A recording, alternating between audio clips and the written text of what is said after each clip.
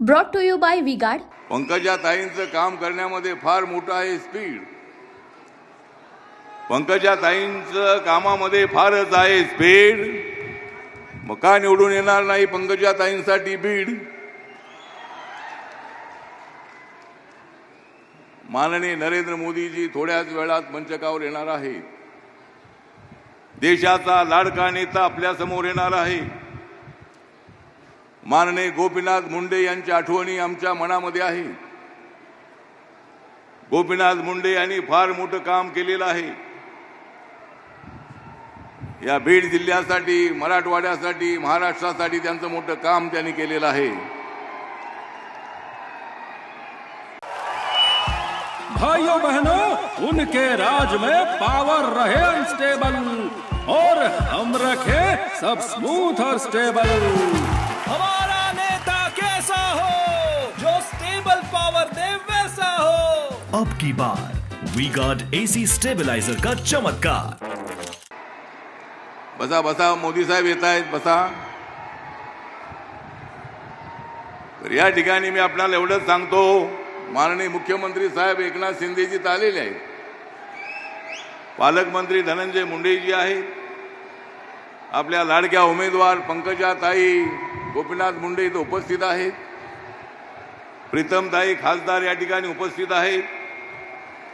बरेच आमदार या मंचकावर आणि नेते उपस्थित आहेत.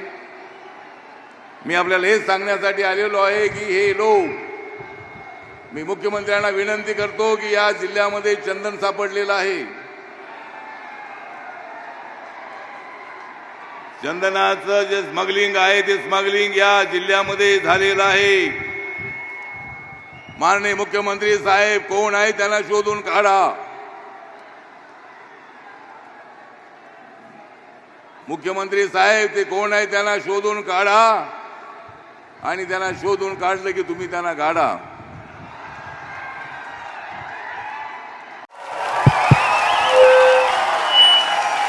उनका बैकअप सिर्फ कल तक और हमारा चांद तक। हमारा नेता कैसा हो जो नॉन स्टॉप बैकअप दे वैसा हो।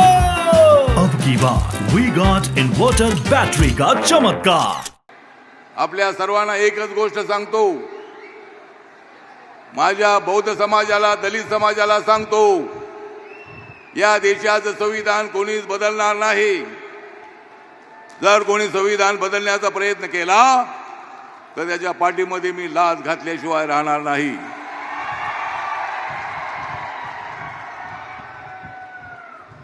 या देशाचं संविधान ज्या लोकांनी बदललं तेच म्हणतायत की मोदीजी संविधान बदलणार आहेत. आपल्याला माहिती आहे की आपल्याला बाबासाहेब आंबेडकरांनी दिलेलं संविधान, संविधान सभेने बनवलेलं संविधान, ड्राफ्टिंग कमिटीचे चेअरमन म्हणून बाबासाहेब आंबेडकरांनी ड्राफ्टिंग कमिटीचा ड्राफ्ट जो होता तो डॉक्टर राजेंद्र प्रसाद पंडित जवाहरलाल नेहरू यांना सुपूर्द केला 26 नोव्हेंबर 1949ला.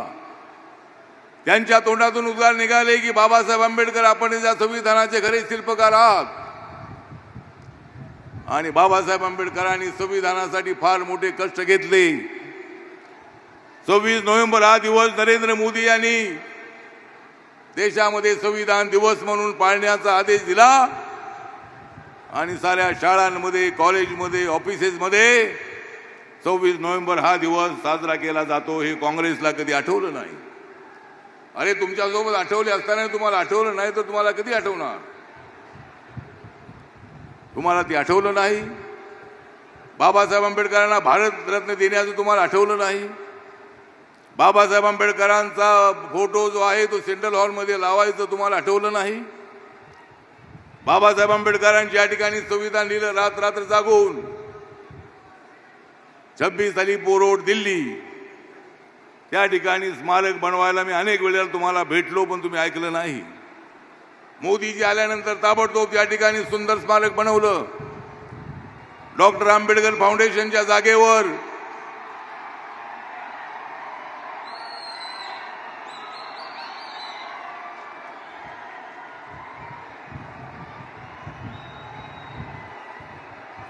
बसा बसा, येत आहेत साहेब, येत आहेत, बसा.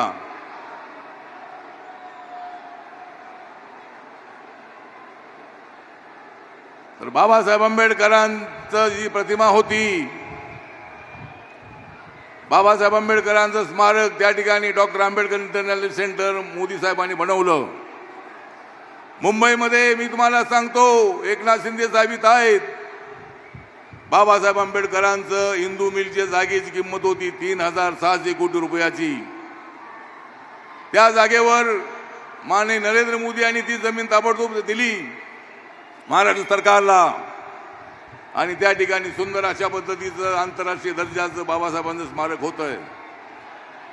बाबासाहेबांचा 450 फुटाचा पुतळा, भव्य पुतळा त्या अरबी समुद्राच्या ठिकाणी उभा राहणार आहे हिंदू मिलच्या जवळ.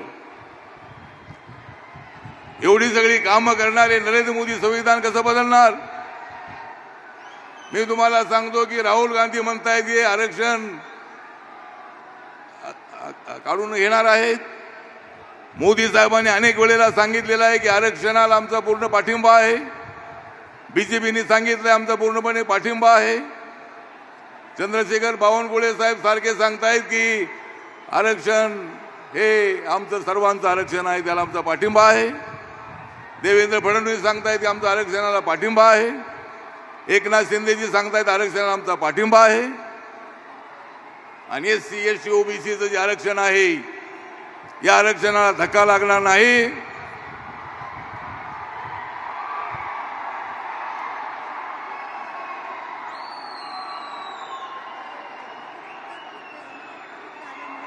ठीक आहे, ठीक आहे, आम्ही बोलतो.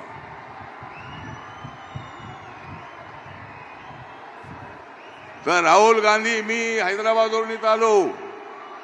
काल मी तेलंगणामध्ये होतो. किशन रेड्डी त्या ठिकाणी तेलंगणाचे बीजेपीचे अध्यक्ष आहेत, त्यांच्या प्रचारासाठी मी हैदराबादमध्ये काल होतो. आणि त्या ठिकाणी मला माहिती मिळाली की तेलंगणामध्ये राहुल गांधी यांनी सांगितलेलं आहे, राहुल गांधी म्हणतायत की हे मोदी सरकार यांना 400 पेक्षा जास्त जागा मिळाल्या, इथे तुमचं आरक्षण काढून घेते. मी इलेक्शन कमिशनकडे तक्रार केलेली आहे.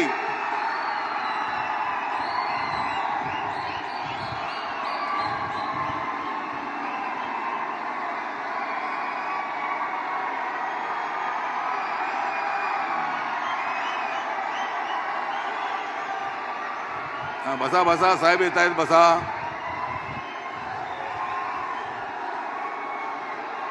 मी इलेक्शन कमिशनकडे बंधू भगिनींनो तक्रार केलेली आहे की राहुल गांधी जाणीवपूर्वक नरेंद्र मोदी आणि आमच्या सरकारला बदनाम करण्याचा प्रयत्न करतायत. राहुल गांधी म्हणतायत की आरक्षण काढणार आहेत, त्यामुळं राहुल गांधींच्या भाषणांवरती बंदी आणावी. पुन्हा पुन्हा आरक्षण काढणार आहेत असे शब्द वापरले तर त्यांच्यावर कारवाई करावी, अशा पद्धतीची मागणी निवडणूक आयोगाकडे आपण केलेली आहे. चुकीच्या पद्धतीने संभ्रम निर्माण करणं, दलित बौद्ध समाजाचा गैरसमज करण्याचा प्रयत्न करणं, मुस्लिम समाजाला आमच्यापासून वेगळं करण्याचा प्रयत्न करणं. अरे नरेंद्र मोदींनी ज्या योजना राबवल्या, नरेंद्र मोदींनी राबवल्या, जनधन योजना, आवास योजना, उज्ज्वला योजना, आयुष्मान भारत योजना, अशा अनेक योजनांचा फायदा मुस्लिम समाजाला झालेला आहे. 10% आरक्षण जे दिले इकॉनॉमिकल सेक्शनचं, त्यामध्ये सुद्धा मुस्लिम समाजाला फायदा है. मेरा मुस्लिम समाज को नम्र निवेदन है कि कांग्रेस वाले तुमको भड़काने का काम करते रहते हैं. ये जो कांग्रेस के लोग हैं, राष्ट्रवादी के लोग हैं, ये लोग आपको भड़काने की कोशिश करते हैं. लेकिन नरेंद्र मोदी जी सबका साथ सबका विकास का नारा देने वाले हैं. नरेंद्र मोदी जी सबको साथ में लेकर जाने वाले हैं. भारतीय जनता पार्टी की मुस्लिम फ्रंट है, उनकी मुस्लिम विंग है, और बहुत सारे मुसलमानों को न्याय देने का काम मोदी जी ने किया है. इसलिए गलतफहमी फैलाने का काम मत करो कांग्रेस वालों, राष्ट्रवादी वालों. माननीय उद्धव ठाकरे हे तर चौताळलेले आहेत. उद्धव ठाकरे सारखे एकनाथ शिंदेच्या मागे लागलेले आहेत. जर उद्धव ठाकरे तुम्ही एकनाथ शिंदेच्या मागे लागत असाल तर मी तुमच्या मागे लागल्याशिवाय राहणार नाही. पुन्हा पुन्हा तुम्ही अशा पद्धतीनं चुकीचं बोलत असता. तुम्हाला आमदार सांभाळता आले नाहीत, तुम्हाला एकनाथ शिंदेना सांभाळता आलं नाही. ते म्हणत होते की आपण बीजेपी सोबत जाऊया, पण तुम्ही बीजेपीच्या पाठीमध्ये खंजीर खुपसलात. आणि जो तुम्ही बीजेपीच्या पाठीमध्ये खंजीर खुपसला होता, एकनाथ शिंदेजी 40 नव्हे शिवसेनेचे 40 आणि अपक्ष 10 ते 50 आमदारांना घेऊन आमच्याकडे आले आणि त्यांना मुख्यमंत्री पदाची जबाबदारी दिली. नरेंद्र मोदींनी, अमित शहानी त्यांना मान्यता दिली आणि आज एकनाथ शिंदे विकासाचं काम करतायत. एकनाथ शिंदे गावागावामध्ये फिरतायत. घरात बसून ते राजकारण करत नाहीत. घरात बसणाऱ्यांना आता घरात बसवल्याशिवाय आम्ही राहणार नाही. या निवडणुकीमध्ये आम्हाला 40-45 पेक्षा जास्त जागा मिळाल्या पाहिजेत. ही बीडची जागा जी आहे ती बीडची जागा मी तुम्हाला सांगतो की जर तुम्हाला या ठिकाणी गोपीनाथ मुंडे साहेबांची आठवण ठेवायची असेल तर प्रीतमताईंनी तर चांगलं काम केलेलंच आहे, पण पंकजाताई या गोपीनाथ मुंडे यांची लेक आहे आणि गोपीनाथ मुंडे यांच्या मुलीला तुम्हाला प्रचंड मतांनी निवडून द्यायचं आहे. माझ्या पक्षाचे आमचे पप्पू कागदे या ठिकाणी आहेत. आपला बौद्ध समाज, दलित समाज, मातंग समाज, चर्मकार समाज या सर्व समाजाला 13 तारखेला म्हणजे निवडणुकीची तारीख आहे 13. निवडणुकीची तारीख आहे 13 आणि तुतारीचे वाजवा तुम्ही 12.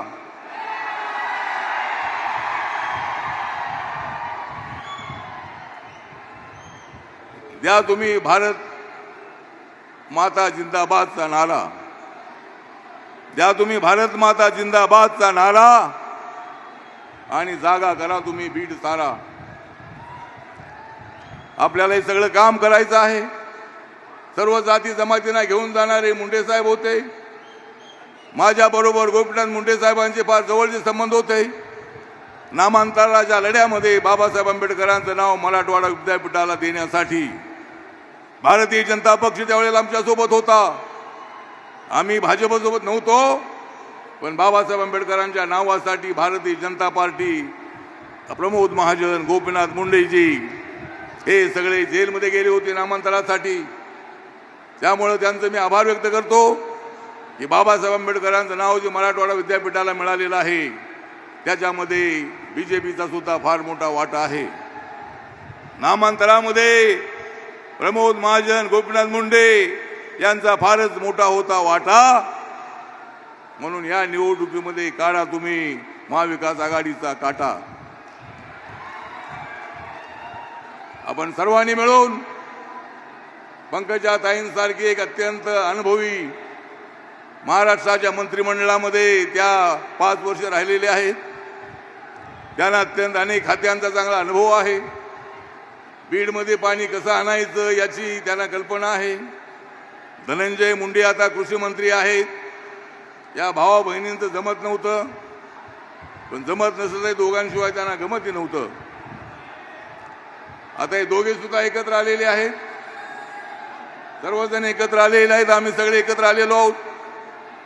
त्यामुळे आपल्याला एक गोष्ट लक्षात ठेवायची आहे, ही जी निवडणूक आहे, निवडणूक आपली अत्यंत महत्वाची निवडणूक आहे.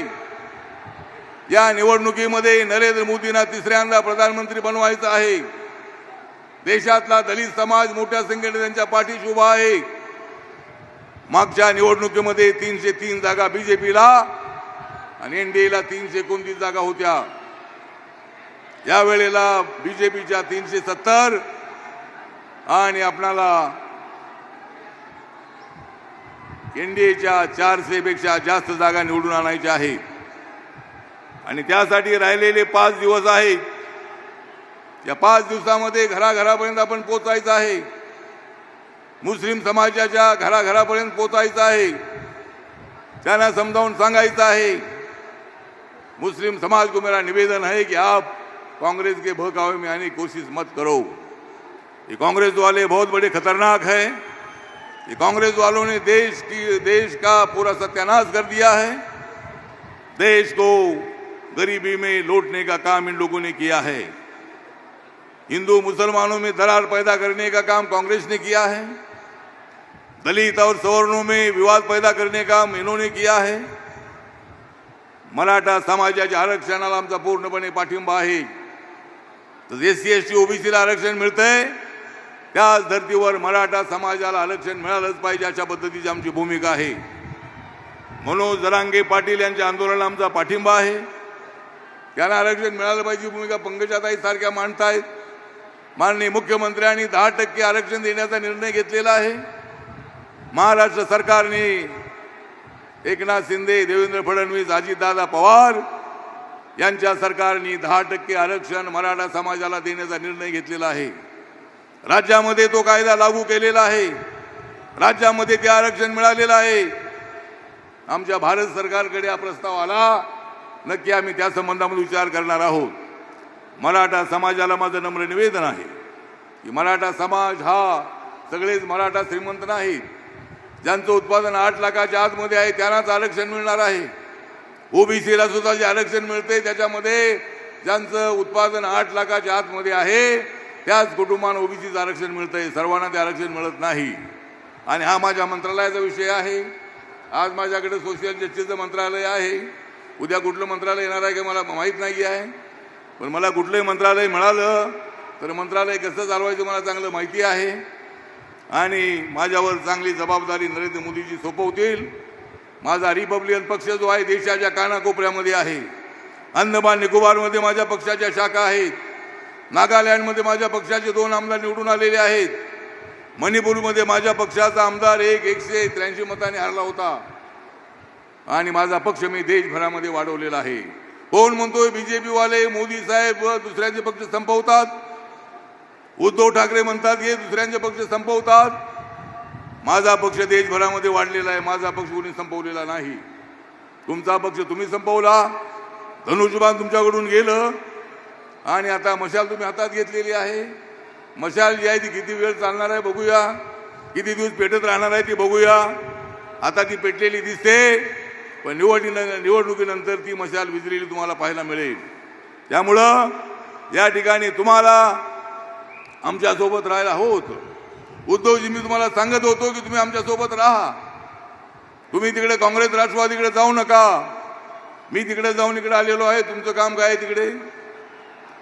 तुम्ही तिकडे गेलात, ज्या माननीय बाळासाहेब ठाकरे यांनी काँग्रेसचा आयुष्यभर विरोध केला, राष्ट्रवादी काँग्रेसचा विरोध केला, त्यांच्यासोबत तुम्ही मुख्यमंत्री पदासाठी तुम्ही गेलात आणि या महाराष्ट्रामध्ये तुम्ही चुकीच्या पद्धतीचं राजकारण तुम्ही चालू ठेवलेलं आहे। Brought to you by V-Guard.